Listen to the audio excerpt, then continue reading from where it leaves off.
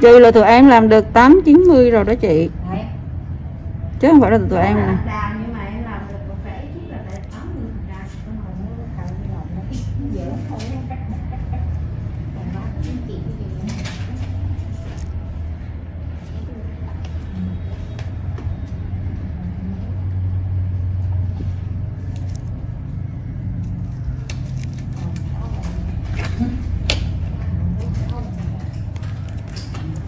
đi xuống cho nãy cái gì qua xuống nè.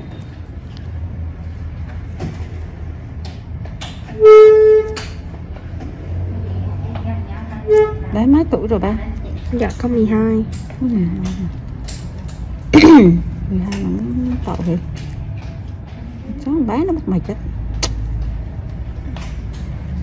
Vậy còn thấy mẹ cũng Dạ có, chặt đây nha, dạ giờ. đường xa rồi mình chụp được khách. Với con một. Thì con một nhiều đứa con một cũng ok vậy mà như mưa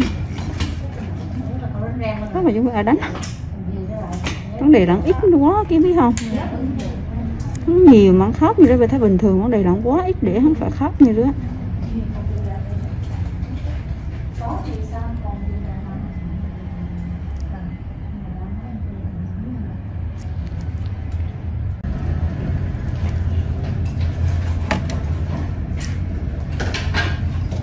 Cái đàn này bị tát nào chỉnh đàn vậy sao cái?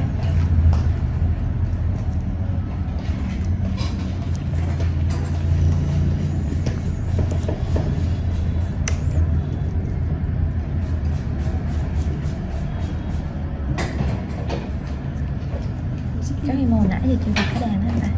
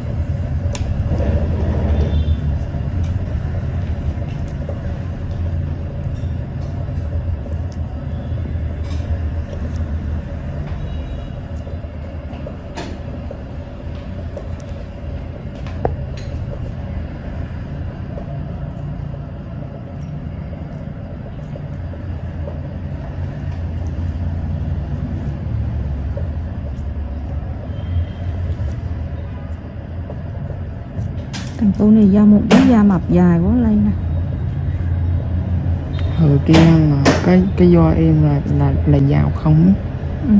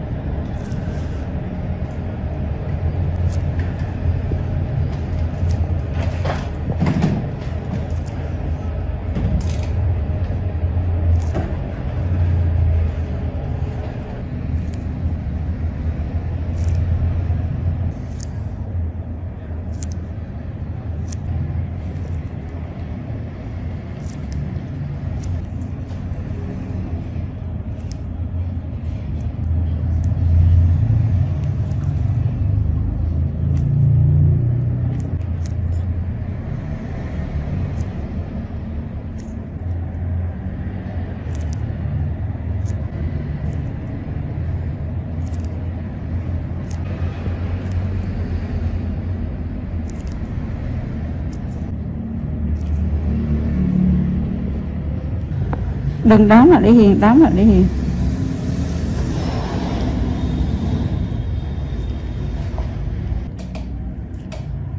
Ý là chậm. Ừ. Con đi cho vui không?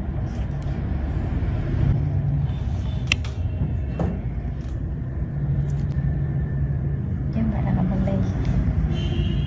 Chở thì không được. Thôi, chở thế thôi ở nhà đi. Ví dụ như không được á thì phải rủ mới đi đi. Yên nhiên, tức nào.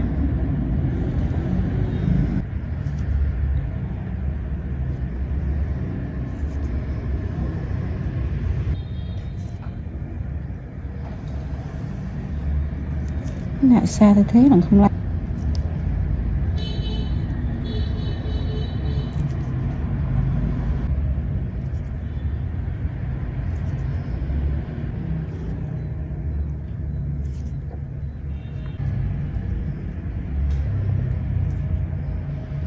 Tránh rồi.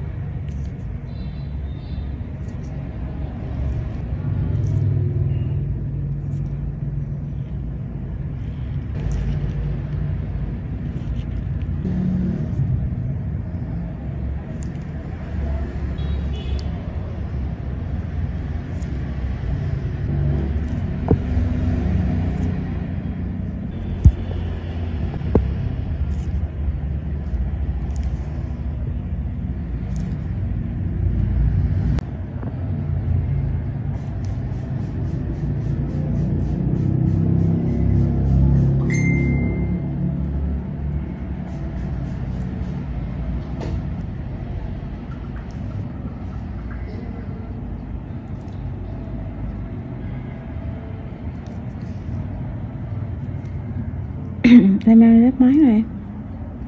Đi học hả? 12 rồi hả? Đại học hả? Đại học rồi hả? Em nghĩ một Em học trường môn Ừ, sư học kỹ thuật. sư phạm kỹ thuật. Ở dưới tàu tán. À chứ biết rồi mà. Mà em làm giáo viên hay chi mà vậy thấy mà áo dài đó? Nó làm công chức. Ừ.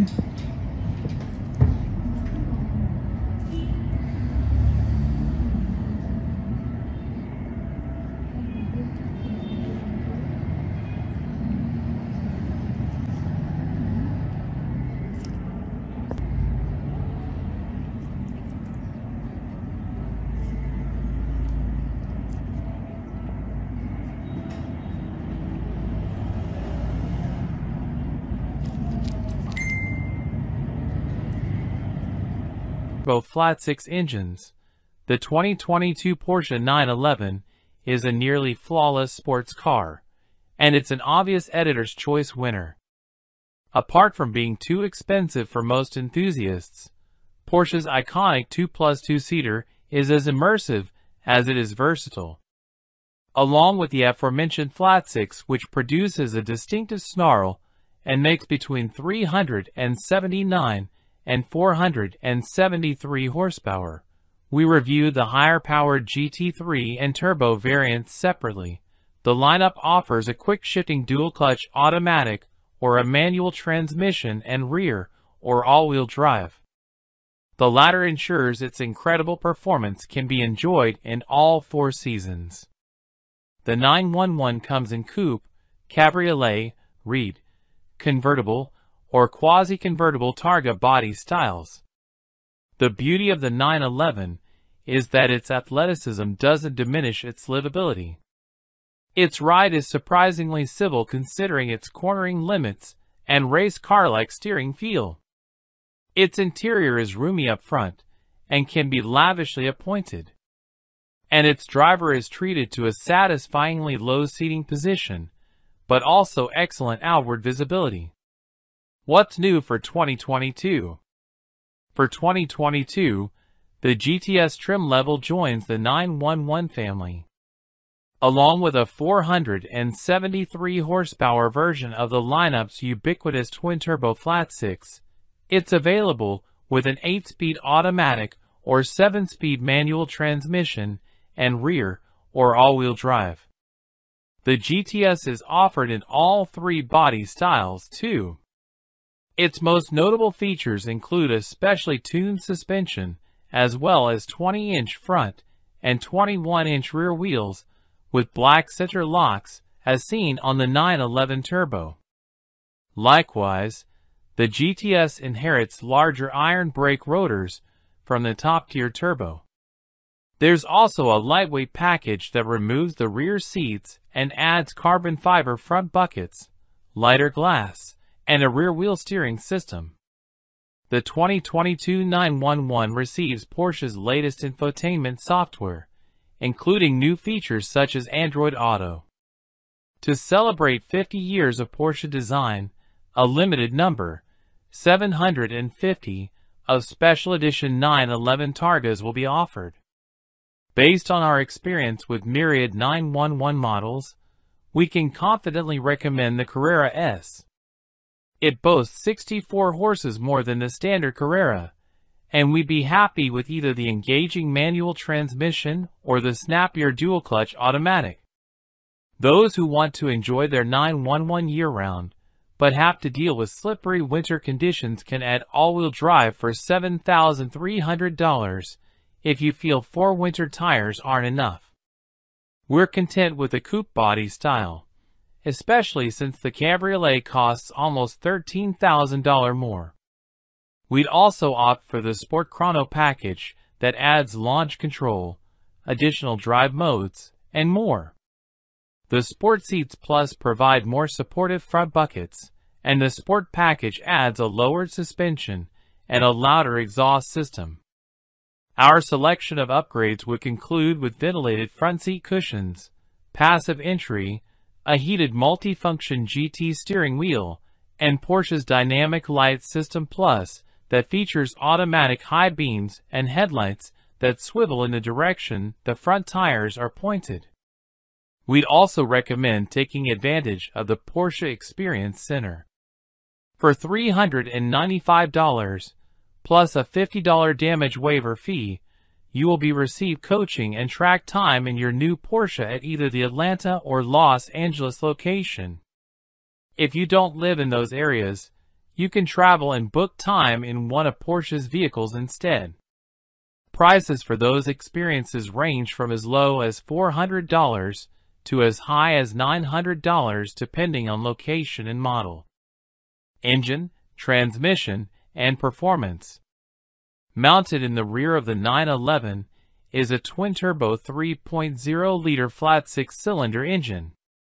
The base Carrera has 379 horsepower, the S pumps out 443 ponies, and the GTS generates 473 horses. While every model comes standard with a ridiculously quick-shifting 8-speed automatic transmission, a sweet 7-speed manual is offered on the S and GTS. The Coupe and Cabriolet have standard rear-wheel drive, but they can be fitted with all-wheel drive for 4-season, high-performance driving. The Targa is all-wheel drive only. We've tested the base Carrera as well as several variations of the more powerful Carrera S, which proved its prowess at the racetrack and its incredible traction in adverse weather conditions. No matter the application, every 911 has astonishing acceleration, especially when the gleefully good launch control is utilized. At our test track, the GTS model bolted to 60 miles per hour in just 2.8 seconds when equipped with the 8-speed automatic. With the 7-speed manual, the 911 GTS delivered a slightly slower 3.2-second result in the same test. Porsche's optional sport exhaust system also helps enhance the experience by providing a fuller engine note. Best of all, the 911 is as comfortable as ever and also better to drive. Its steering is communicative and brilliantly direct, and the coupe and convertible have increased cornering grip and stability. The ride quality is surprisingly supple too, despite the 911's amazing body control, which allow drivers to seamlessly switch between relaxed and spirited romps. Fuel economy and real-world MPG. With EPA ratings of 18 miles per gallon city and 25 highway, the Carrera S with a manual transmission is the most fuel-efficient 911. However, other 911 models' fuel economy estimates don't drop much farther from those figures. On our 75 miles per hour highway route, a Carrera and Carrera S, both equipped with automatics, earned impressive results of 33 and 30 miles per gallon, respectively.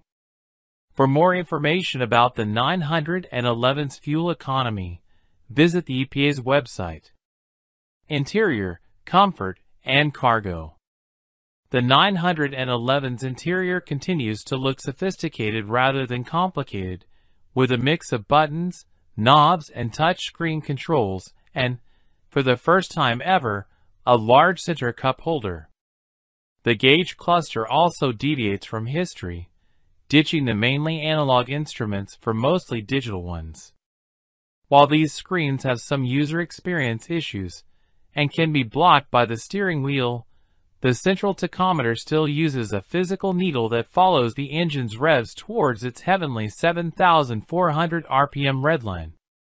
The 911's low-slung driving position and supportive front seats are fantastic, and the steering wheel has a wide range of adjustment.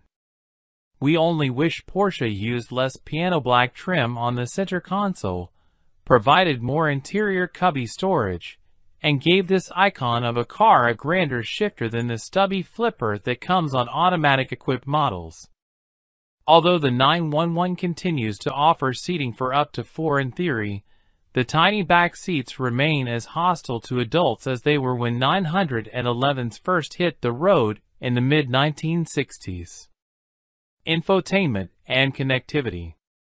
Every 911 is outfitted with a 10.9-inch touchscreen integrated into the middle of the dashboard. In addition to voice commands and buttons on the steering wheel, the center screen also features rotary push-button controls on the console. The infotainment system supports a Wi-Fi hotspot, wireless Apple CarPlay, and wired Android Auto. Porsche does provide 2 high-end surround sound systems that include a 12-speaker Bose unit and a 13-speaker Burmester stereo. Safety and driver assistance features. The 911 is available with myriad driver assistance technologies, including desirable options such as automatic high beams, blind spot monitoring, and even night vision.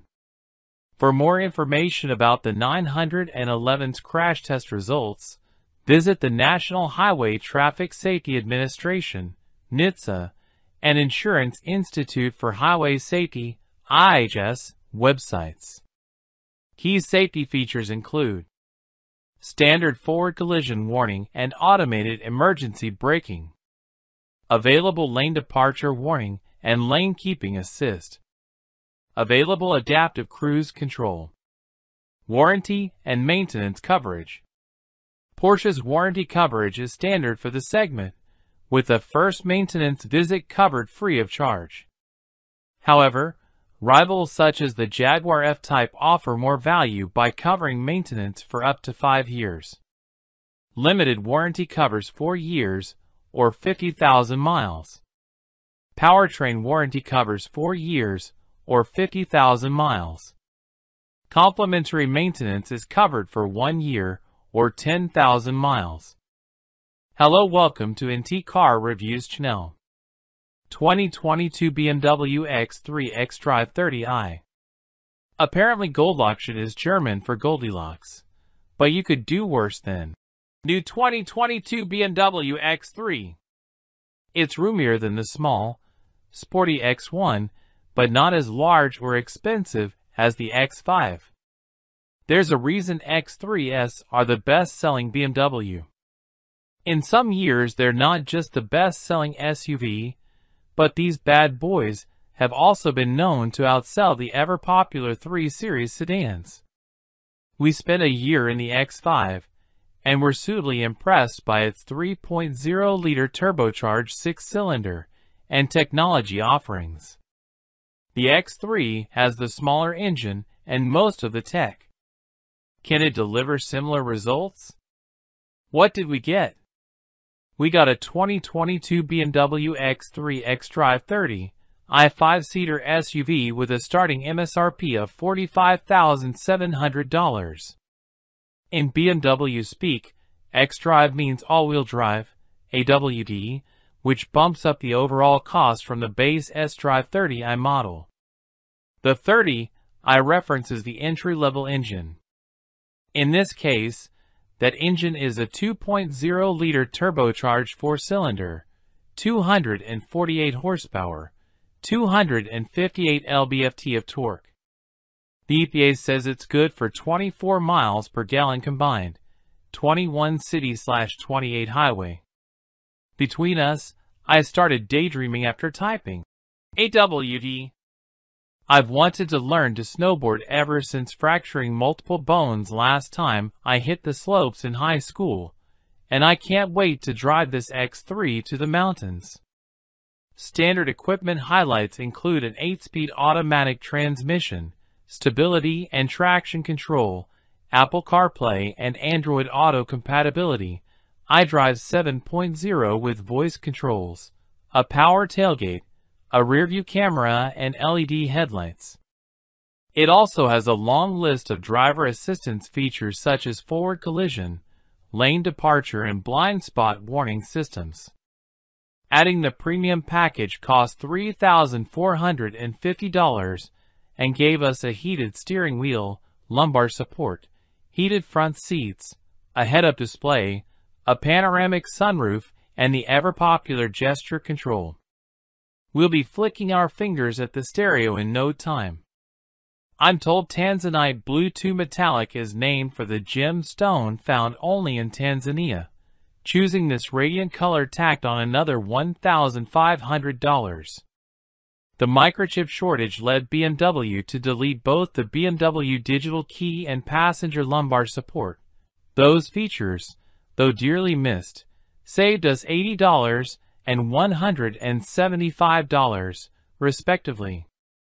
The destination charge, however, tacked on $995, bringing our total to $51,390. Why did we get it? The X5 really impressed the Edmunds staff. Getting a chance to drive it's more popular and more economical, yes, it's still a BMW, you don't have to tell me. Sibling is an intriguing proposition. This is the best-selling vehicle BMW produces, better than both the X5 and 3 Series sedan. If we need another reason, well, we haven't had one in our long-term test fleet since the 2012 model year. We're talking Heat Thunder NBA Finals, which I hate to mention was a literal decade ago now. So follow us on our 12-month test drive of BMW's latest offering in the small luxury SUV segment. We'll see how the X3 xDrive 30i stacks up against other trim levels like the rear-wheel drive X3 xDrive 30i or high-performance X3 M40i. We also look forward to comparing it to its top rivals, Audi Q5, Acura RDX, Genesis GV70, Mercedes-Benz GLC, and Porsche Macan. Of course, there will also be plenty of feedback from our daily routines. We smashed our previous fuel economy records thanks to a long road trip. File under EPA SHMEPA. That's 31.7 miles per gallon at the pump from DuPont, Washington, 92 octane. I will note for science, to Redding, California, average speed 70.5 miles per hour. EPA says 28 highway for X3 2.0 AWD. Check out that range. 539.8 miles. Diesel who? Josh Sadlier, Director, Content. Another note for my LA to Seattle Odyssey in the X3. Cranking up the average speed to 75.8 miles per hour thanks to higher speed limits on I-5. I still saw 29.2 miles per gallon at the pump over the course of 452 miles. Again, the EPA says 28 miles per gallon highway for this thing. It's quite remarkable that I did better than that at 76 miles per hour. BMW still got that special sauce in the engine room. Josh Sadlier, Director, Content. How's the fuel economy 10,000 miles in? Overall, not bad. We're right at the EPA estimated number. Here's what one of our contributors had to say. I had a trip from LA to Santa Barbara to Paso Robles and snagged the X3. Upon returning, I logged 438.9 miles and needed 16.327 gallons to top off the tank. That figures out to 26.9 miles per gallon. The EPA estimates highway mileage at 28 miles per gallon, which would seem plausible if traffic were flowing at 65 miles per hour and there were no steep grades to climb. Overall, it's a solid SUV for road trips, but it'd be a lot better if it had adaptive cruise control. I'm surprised that our test vehicle didn't have it, since it seems to be standard equipment on cars that cost a lot less than the X3. Mark Takahashi, Senior Reviews Editor. 2022 BMW X3 xDrive 30i, Maintenance. We'll keep you posted on our X3's maintenance, from the routine to the not-so-routine. Maintenance Summary. Total routine maintenance costs. Additional maintenance costs. Warranty repairs. Non-warranty repairs. Scheduled dealer visits 1. Unscheduled dealer visits. Days out of service 0. Breakdown stranding driver. Total body repair costs. The X3 asked for its first oil change just shy of 11,000 miles, which felt like a long time to wait for a first service, but you'll never hear me complain about a low-maintenance vehicle.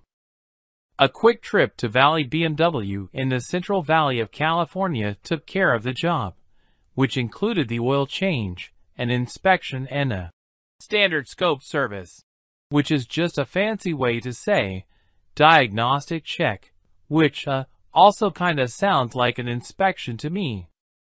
Anyway, that was all covered by the warranty. Oh, and they washed the car, which is great, because this puppy is a bug magnet. Pretty good? 2022 BMW xDrive 30i, Technology.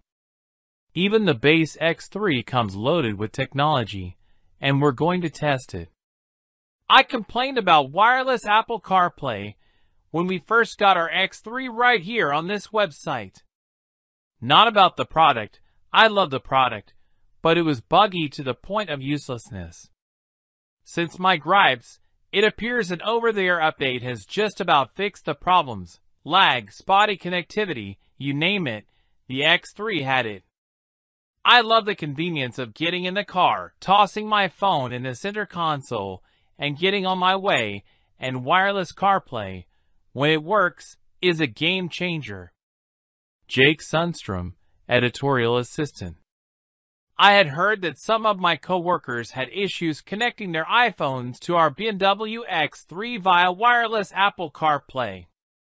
I am therefore pleased to report, as of March 2022, that a recent iDrive system update has seemed to have remedied the situation.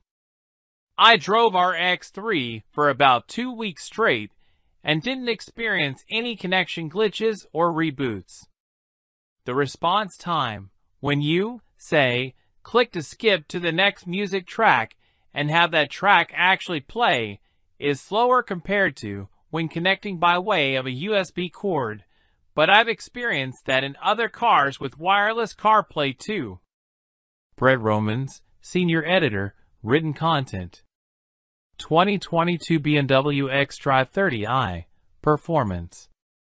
Yes, it's an SUV, but it's still a BMW, right? How does it drive?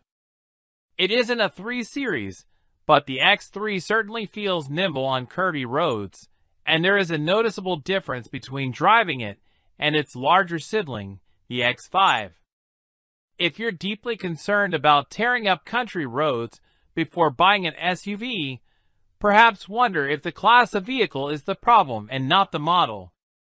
But alas, a soapbox for another day. Jake Sundstrom, Editorial Assistant.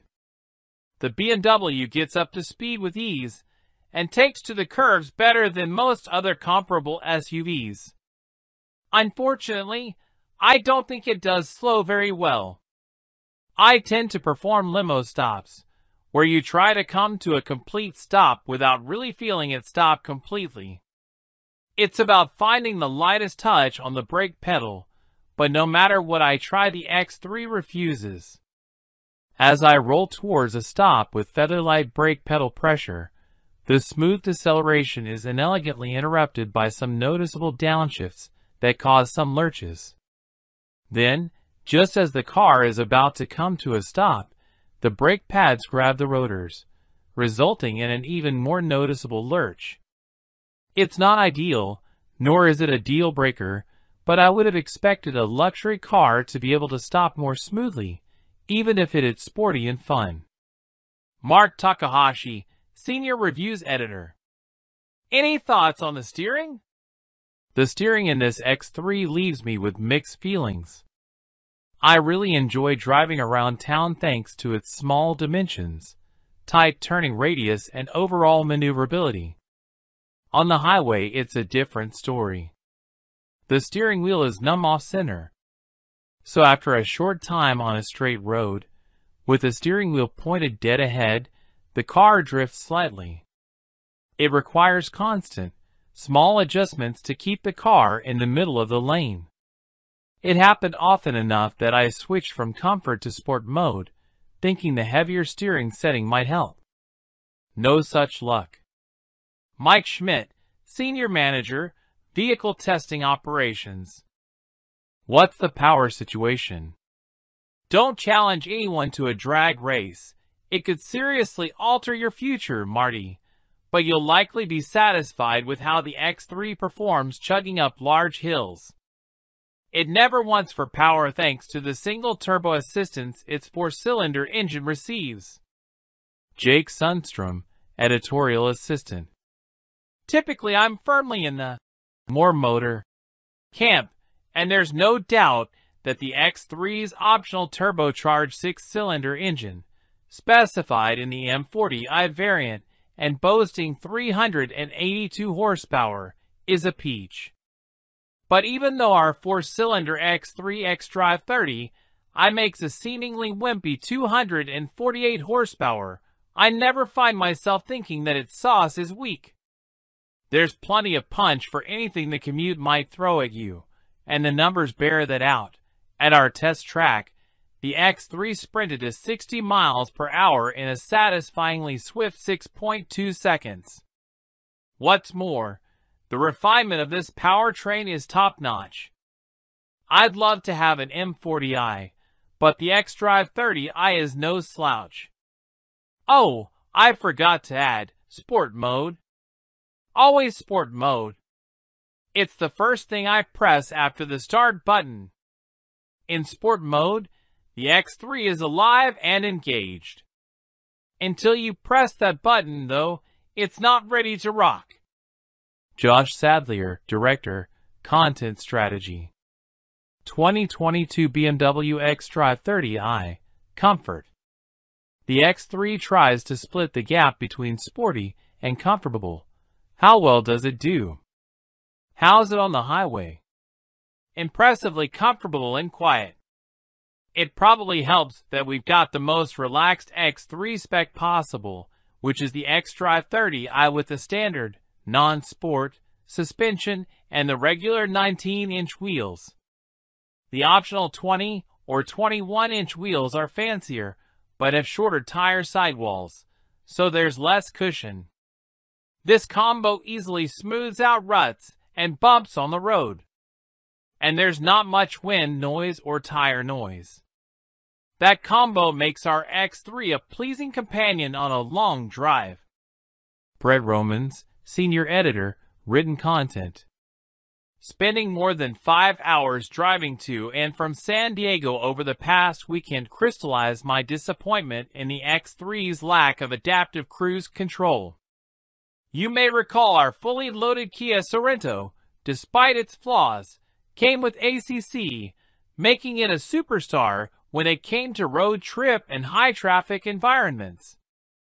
It's one thing I find lacking on an otherwise very capable SUV. Jake Sundstrom, Editor, CarMax. How about around town?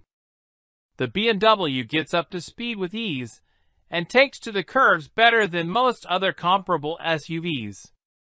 Unfortunately, I don't think it does slow very well. I tend to perform limo stops, where you try to come to a complete stop without really feeling it stop completely. It's about finding the lightest touch on the brake pedal. But no matter what I try, the X3 refuses. As I roll towards a stop with featherlight brake pedal pressure, the smooth deceleration is inelegantly interrupted by some noticeable downshifts that cause some lurches. Then, just as the car is about to come to a stop, the brake pads grab the rotors, resulting in an even more noticeable lurch. It's not ideal, nor is it a deal breaker, but I would have expected a luxury car to be able to stop more smoothly, even if it is sporty and fun. Mark Takahashi, Senior Reviews Editor. What about the front seats? You know, I'm a little underwhelmed. They're fine, but I found myself fiddling with the seats adjustments more than I thought I would. The seat isn't lacking for anything. Our test X3 has the upgraded 4-way lumbar too, but I just can't seem to dial in a driving position I really love. Ultimately, I feel like I'm just sitting on a chair rather than being fully supported by something great. Brett Romans, Senior Editor, Written Content. Okay, but is the X3 too focused on comfort? BMW's been accused of turning its back on its traditional enthusiast clientele for many years now. But the X3 is one vehicle whose comfort-biased dynamics seem just right to me. There's a lot of suspension travel in this rig. Big dips and speed bumps really get it bouncing around, and no shortage of body roll either. But honestly, how many people really want flat cornering and a stiff ride in a luxury SUV? You get one of these to cruise around the city without a care. And that's exactly how I felt driving the X3 on LA's patchy pavement. Carefree. To be fair, the few times I did probe the X3's cornering potential, I found it to be decently athletic. But most folks will simply enjoy the X3's smooth and supple ride. I bet BMW sells a lot of these for precisely that reason. Josh Sadlier, Director, Content Strategy. Any neat features we should know about? The My BMW app lets you connect your phone to your car, giving you the chance to do things like lock the doors, check the fuel level and, it claims, ventilate the vehicle. You'll note it doesn't say precondition the vehicle. Can you feel smug Tesla owners clutching their keyboards a little tighter? That's because all it appears to do is run the fans in the vehicle, which is awesome if you want to feel a bunch of hot air blown around your cabin on a 110-degree day. Alternatively, you could just drive just about anywhere in the continental United States during summer right now to try that feature for free. Jake Sundstrom, Editorial Assistant. Hello, welcome to NT Car Reviews channel. 2022 Rivian R1T. It's been 4 years since Rivian, an all-new electric vehicle startup, first showed us a truck we never knew we needed and opened its pre-order books. And at long last, the wait, for some at least, is finally over. The Rivian R1T is the first to arrive to market, leading a new wave of modern electric pickup trucks from the factories of Ford, Chevrolet, Hummer, and, maybe, eventually Tesla. As a company formed in this modern tech age, Rivian isn't like traditional vehicle manufacturers, and it shows in the design of the R1T. Size-wise, the Rivian R1T sits somewhere between a mid-size truck, think Ford Ranger, and full-size truck, think Ford F-150, but weighs a hefty 7,150 pounds, which is roughly the weight of a heavy-duty truck, like this F-350 Super Duty. Despite all the weight, it accelerates quicker than many sports cars do, and can get to places virtually no sports car would dare. To date, it's the best handling truck we've driven to, and that's made possible with the help of the R1T's standard adjustable air suspension. It can raise and lower the entire body by as much as 6.5 inches, perfect for clearing rocks and fording streams off-road or for hunkering down, like a lowrider, to turn a corner on-road. Its incredible versatility doesn't end there. An innovative gear tunnel between the truck bed and passenger cabin provides a ton of storage, 11.7 cubic feet. An immense front trunk, 11.1 cubic feet, takes the place of where an engine would sit, instead offering heaps of grocery space. And if you want to do actual truck things, the bed has a hefty payload capacity of 1,760 pounds, and you can tow up to 11,000 pounds. As cool and impressive as any of these numbers are, we want to know if this truck can actually deliver when put to the test. Which tests? All the tests. So we bought one, and we'll do with it what we please. Did we mention we have Ford F-150 Lightning on order for our long-term test fleet too? What did we get? If you were one of the 90K plus hand raisers to plunk down an early deposit for a spot in the Rivian R1T production queue, then you'd be getting a launch edition R1T. That's the truck you see here. When a manufacturer offers a launch edition model, they typically come with some exclusive features like a special exterior color, specific badging, and sometimes a bundle of options at a slight discount. The Rivian R1T Launch Edition checks those boxes. All launch editions come with quad-motor all-wheel drive, delivering a staggering 835 horsepower and 908 lb-ft of torque to whatever surface you happen to be rolling across. You also get Rivian's large battery pack, 135 kilowatt-hours. This pack is the second largest of three battery options, wedged between the standard 105 kilowatt-hours and the max 180 kilowatt-hours packs. The large pack battery is said to deliver 314 miles of range on a single charge, according to EPA estimates. We verified that the R1T could meet that estimate in the real world, albeit by a small margin. It traveled 317 miles on a single charge. Those 317 miles were on a truck wearing the standard 21-inch wheels and all-season tires. With the Launch Edition, we were able to select upgraded wheels and tires at no additional cost, but doing so would cost us some range, theoretically. We went with the 20-inch wheels and chunkier, off-road-oriented all-terrain tires, which Rivian estimates would reduce our total range by 40 miles. If we had chosen to upsize to the larger 22-inch wheels with all-season tires instead, our range penalty would only be 21 miles. The Launch Edition also comes standard with the Adventure package.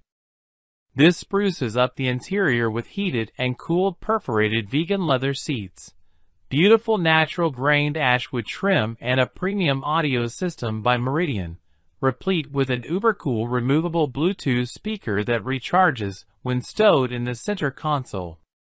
Further, the package includes Rivian's Gear Guard, which turns the truck's surround view parking cameras into security cameras and provides a locking security cable to thread through any loose valuables in the bed or mounted on the roof rack, if you have one. If we're feeling paranoid, we can have the truck send us activity alerts on our phones and review recorded footage, CSI style. Perhaps we'll finally be able to put a face to those darn car detailing solicitors. Other included features worth mentioning are a full suite of advanced driver aids with things such as adaptive cruise control, lane keeping, blind spot warning, etc., as well as an onboard automatic air compressor for airing up your tires whenever and wherever you feel like it. The final touches of our launch edition truck come in the form of that unique interior badging, which is actually pretty discreet and tasteful, and an exclusive launch green paint. This green is on the paler side, with a bit of brown mixed in. Although it's not quite as striking as the darker and deeper forest green on the R1T color swatch, we still dig it. If we had to call our green something more descriptive, we might go with oxidized guacamole. The only options we checked outside of our prefix $73,000 launch edition were the reinforced underbody shield, $2,000, and the all-weather floor mats, $175. This brought our grand total, before taxes, licensing fees, and federal incentives, to $76,250, including $1,075 destination. If you happen to miss the headline, Rivian raised prices earlier this year. So if you're thinking you'd want to spec out a truck just like ours, it will, unfortunately, cost quite a bit more. Here's a quick breakdown of our truck using today's pricing structure. Our 1T Adventure Package, $73,000. Quad Motor AWD, $6,000. Dual Motor AWD is now the new base offering. Large Pack, battery $6,000, required for any quad motor truck. Forest Green, $1,750. Any color other than LA Silver is extra. Oxidized guacamole unavailable. 20-inch wheels with all-terrain tires, $2,500. Reinforced underbody shield, $2,000. Power tonneau cover, $3,000. All-weather floor mats, $200. Yup, even these went up in price. Destination, $1,075. Total estimated price, $95,525. Since we ordered our Rivian R1T, prices have gone up roughly 25%. For launch edition owners looking to make a quick buck, that's a pretty decent return if they decide to offload to the highest bidder. We, on the other hand, don't have any plans on selling anytime soon. Why did we get it? The list of reasons why you wouldn't get a Rivian R1T is probably a lot easier to compile. It's kind of expensive, especially after the price hike in early 2022. It's a larger vehicle if you don't have a lot of space to park, and it's the first vehicle from an all-new, untested company. Those things aside, how in the world could we pass up owning something so frickin' cool? Could you? Real-world fuel economy. With electricity being so cheap compared to gas prices, especially now, it's easy to gloss over the efficiency of an electric vehicle. To date, the Rivian R1T is the least efficient EV we've tested, at least until the Hummer EV arrives, using double the amount of battery juice to travel 100 miles as a Tesla Model 3. That's not so surprising considering how much it weighs, the fact that it has 4 electric motors to feed, and that it's shaped, well, like a truck. Here, we'll be tracking just how much electricity our R1T consumes on average, and then translate that into a language we all can hopefully understand a bit more clearly. Amperic drain sounds scary. What is it, and how does it apply to the Rivian R1T? Battery Drain Test Part 1. We started noticing our Rivian R1T had a lower state of charge when we came out to it in the morning than we left it overnight. This can happen with all electric vehicles in small quantities, especially when left parked for long periods of time. We were noticing it in larger than expected quantities after leaving it parked for just one night. So, we decided to put this battery drain, sometimes called the Amperic drain, to the test. After leaving the R1T parked, and presumably very lonely, for 6 days we checked back in on our $75,000 truck. So, the truck dropped from a 71% state of charge all the way down to 51% after sitting idle for 6 days. Electric vehicles like the R1T are, of course, not exactly just sitting. They're running copious software to manage the battery and various systems to keep the truck functional, sort of like leaving your computer on sleep mode rather than shutting it all the way off. Of course, you have the option to power your computer down. You can't do that with your truck. Rivian released a software update, 2022.27.02, that may address some of the battery drain issues. So we plan to perform this experiment again, and will note any performance improvements. For now, we'll keep an eye on our state of charge both before and after getting out of the vehicle for the night. Battery Drain Test Part 2. See Part 1 above. Shortly after we performed our static battery drain test, where we left our Rivian R1T alone for 6 days straight to see how much juice we'd lose, Rivian sent out an over-the-air software update that was supposed to help mitigate that issue. So we decided to perform the same test again to see if anything improved with a fresh batch of code. We left the R1T parked for another lonely stretch, this time 7 days, before checking back in. So, this time around, the truck dropped from a 70% state of charge down to 54% after sitting idle for 7 days. If you compare this to the results of the previous test, the drain on the battery has actually decreased, as Rivian said it would. In the first test, we lost 20% of our battery charge over 6 days, compared to just 16% over 7 days in this test. So our drain per day has gone from about 3.3% to about 2.3%.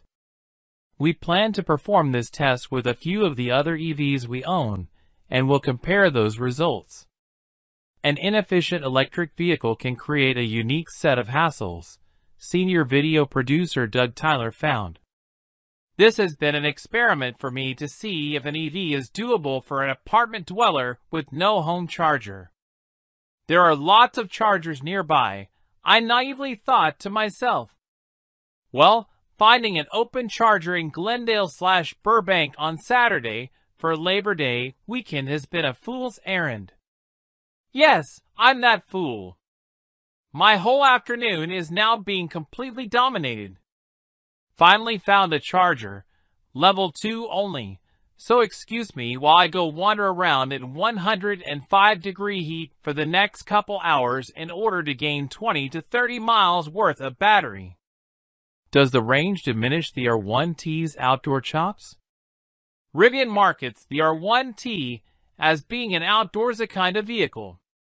But I'm wondering how realistic it is to use an EV for off-road adventure. Here's an example. There's an off-road trail I'm familiar with. It's about 65 miles away from my house and is suitable for a day trip. If I fully charged our R1T at home, I'd have about 300 miles of range. That trail is up in the mountains, so figure maybe 100 miles of range expended to get to the trailhead. That would leave 200 miles, or so for driving the trail and then getting home. There is a DC fast charging station along the route home, so I could use that to free up more range on the trail. It seems feasible. But I'm also a little chicken because I don't know how much range I'd use on the trail. Rivian's specific outdoor charging stations, the Adventure Network, seems like a cool idea, but as of October 2022, there are only 6 stations operating nationwide, 5 in California and 1 in Colorado. Hello, welcome to TB Car Reviews channel. 2023 Infiniti QX50. The 2023 Infiniti QX50 struggles against its luxury-grade classmates despite pleasant looks and stylish interior. Infiniti's compact SUV is compromised by a lackluster complex, variable compression turbocharged 4-cylinder, which fails to deliver the promised advantages in fuel economy or performance. Competitors with conventional turbocharged 4s such as the Audi Q5 and the BMW X3 xDrive 30 accelerate quicker and are equally parsimonious with fuel. Dynamically, the QX50 skews toward comfort rather than sportiness, which should be a non-issue for most buyers. What they get instead of athleticism and driver engagement are a smooth ride and a quiet cabin. The QX50 delivers stylish looks and an upscale interior ambience, but it lacks the substance needed to thrive against its top-ranked competitors.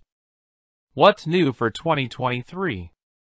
The 2023 QX50 carries over from the previous model year mostly unchanged, but a new Sport model replaces the essential trim in the middle of the lineup. The Sport name may be a bit of a misnomer since it adds no performance-enhancing features, but it looks sharp with gloss black exterior trim and dark-painted 20-inch wheels. The cabin gets semi-alien leather upholstery and a 12-speaker Bose stereo. The rest of the lineup benefits from a few new standard features: heated exterior mirrors, remote start, a wireless smartphone charging pad, among others, and all models now come with 3 years of complimentary scheduled maintenance.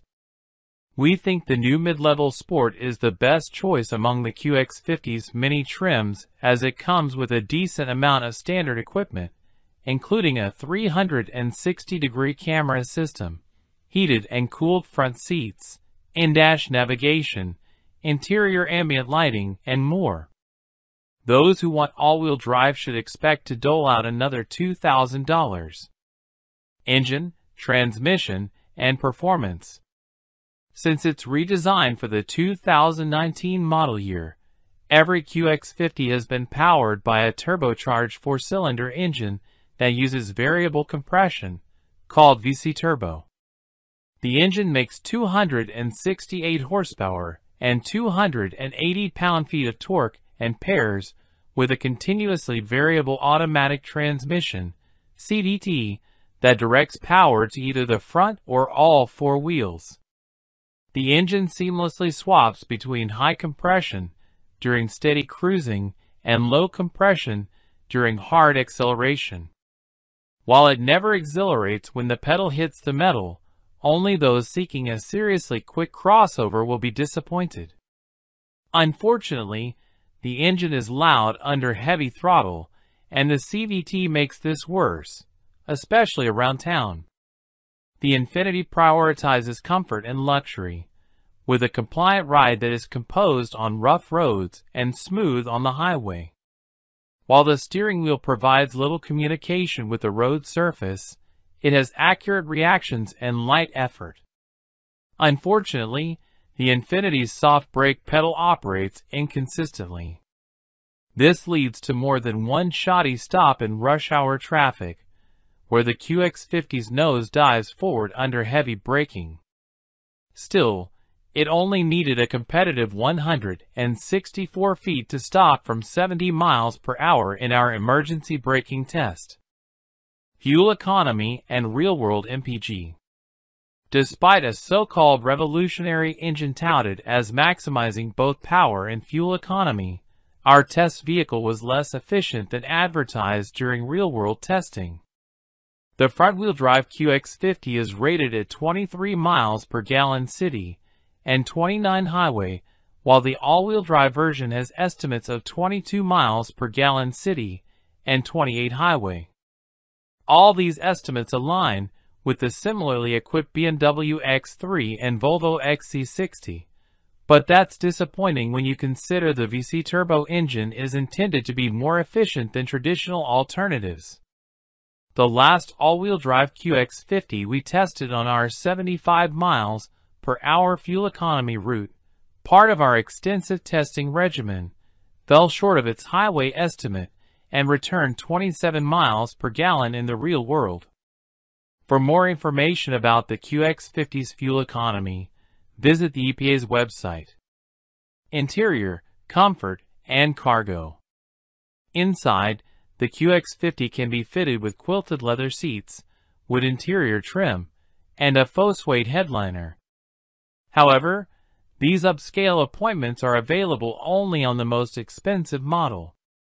Still, every QX50 has a comfortable and quiet cabin that includes a spacious second row with reclining seat backs that prove to be a highlight of the 2019 QX50 that we had in our long-term test fleet.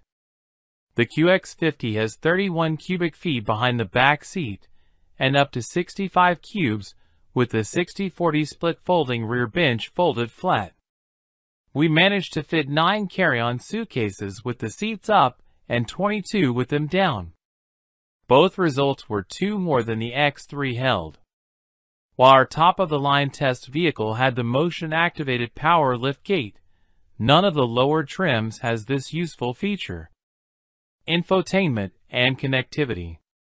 The dual touchscreen infotainment system will bother some more than others.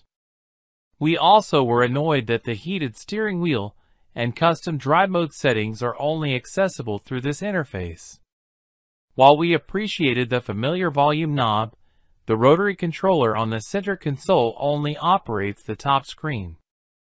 Every model has Android Auto, wireless Apple CarPlay, and a subscription-based Wi-Fi hotspot.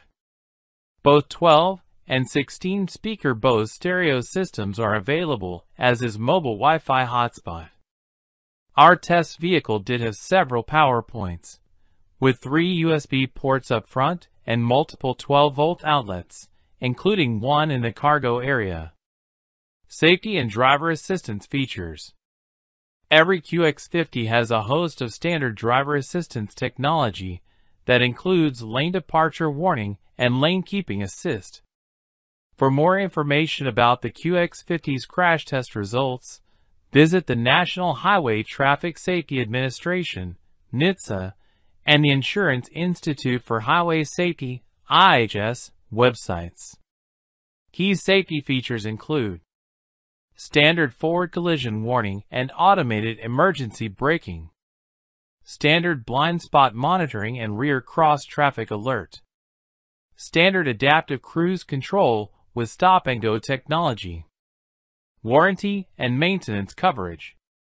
Although many luxury brands offer complimentary scheduled maintenance, Infiniti does not.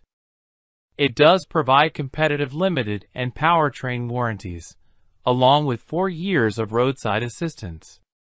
Limited warranty covers 4 years or 60,000 miles. Powertrain warranty covers 6 years or 70,000 miles. Complimentary maintenance is covered for 3 years, regardless of vehicle mileage. Hello, welcome to TB Car Reviews channel. 2022 Fiat 500 Electric. The Fiat 500 Electric lands in Australia next year, so we drive an overseas example to see what it's all about. Fiat has become a car maker a critic might compare to one of those graying musical acts that keeps touring but hasn't come up with any new material worth listening to in yonks, and is simply milking its back catalog for all it's worth. The Mazda MX-5-based 124 Spider was a likable, but ultimately forgettable cover album. And the Fiat 500X was an unimaginative and somewhat cynical reinterpretation of old material. Meanwhile, endless new variations on the 500 city car have kept the fans entertained. But at long last, Fiat may just have a worthy comeback album on its hands. Sure, the all-new, all-electric 500 has a familiar name and, from a distance, looks familiar, but don't let that fool you. The material here is truly fresh and original, and very current indeed. Let's be clear about the name first. This new car is simply called the Fiat 500. The second zero of the badge has a dash in it to make it look like an E, but Fiat never actually calls the car the 500e. It does sometimes call it the new 500 or 500 electric to avoid confusion, but nowhere does it say electric on the car. But who knows, Fiat Australia might decide to adopt the E as a local differentiation. While Australian specifications and pricing are yet to be confirmed, in Europe, where we are testing it, the 500 offers a choice of 2 battery capacities. The smaller pack comes with a weaker electric motor and is available in the traditional hardtop hatch, while the 500C, with its retractable fabric roof, is only available with the bigger battery. There is also a choice of 4 trim levels. Entry-level action is quite basic and always comes with a smaller battery. Red is a slight step up and offers a choice of the 2 batteries. Icon comes with a 42 kilowatt-hour pack only and has a reasonable amount of standard equipment. La Prima is similar to a fully loaded Icon. We'd expect Australian cars to have only the larger 42 kilowatt-hours, and Icon offers a good balance of features and value. The confusing naming disguises the fact that this 500 is a completely new car. You could be forgiven for thinking it's a re-engineered version of the existing car, but when you park it next to an older one, it becomes abundantly clear that cannot be the case. The new car's size and proportions are just distinct enough that this can only be a new car. Fiat is now part of Stellantis, of course, and most if not all of that group's future EVs will use the CMP platform developed by PSA, which can accommodate petrol and diesel engines, hybrid powertrains, and full EV tech. However, the 500 project began before the merger of Fiat Chrysler Automobiles and PSA, and it rides on a bespoke EV skateboard platform. Mechanically, it's a relatively unadventurous recipe, using McPherson struts for the front suspension and a torsion beam axle at the rear, as is the norm for a small front-drive car. Not going with rear-wheel drive might seem like a missed opportunity given both the 500's history and the way the mass EV market is developing technically, but the traction benefits of RWD are limited in low-powered compact cars like this. The drive battery under the floor has a capacity of 42.0 kilowatt-hours in most versions, including the car we're testing here.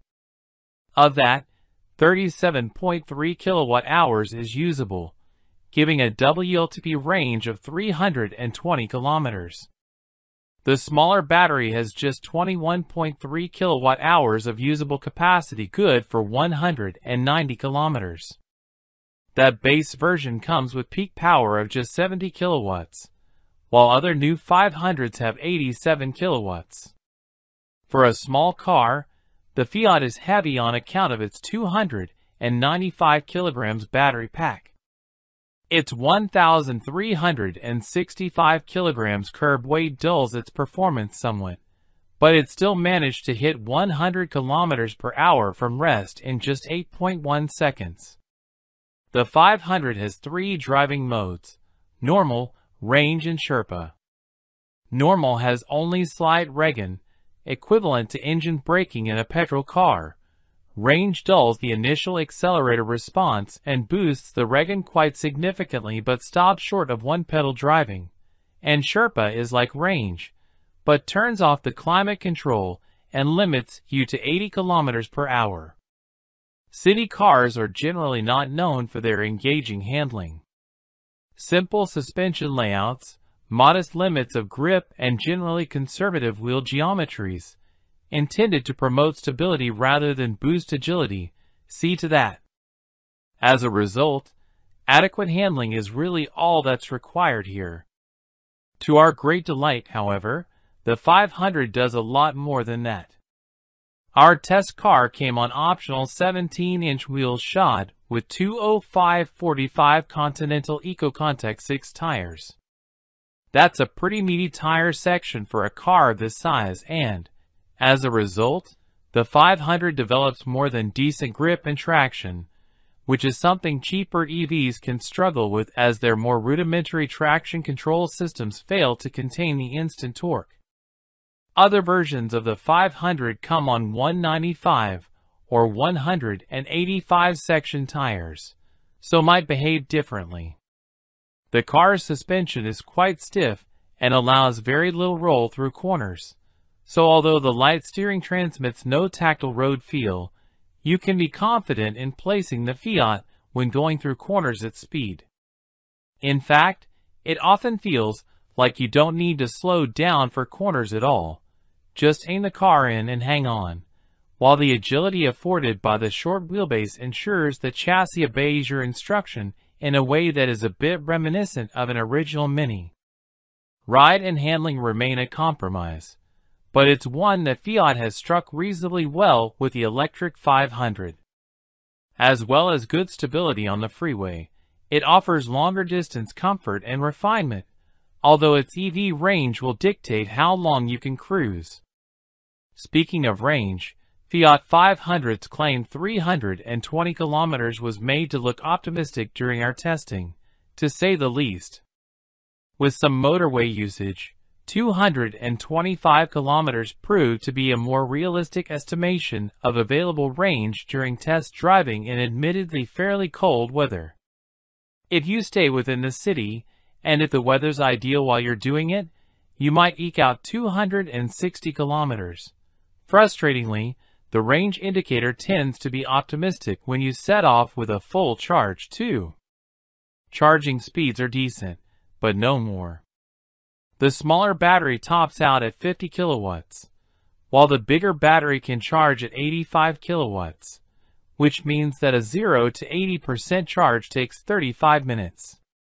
It has been a long time since Fiat has been at the top of its game, but with this new electric version of the 500, it has finally produced a winner. The exterior as well as the interior design are still as recognizable and cute as ever, but despite the retro bent, it looks thoroughly modern. And for something as style-forward as the 500, that's most of the battle one right there. But it goes further. It's also a convincing prospect to own and to drive. There are EVs with more power and more range, but the 500 isn't entirely left behind on that score, and thanks to its tiny dimensions and tight turning circle, it fulfills its primary purpose as a city car too. Although it can't completely cover its city car routes, the Fiat is remarkably good to drive when you venture out onto the open road.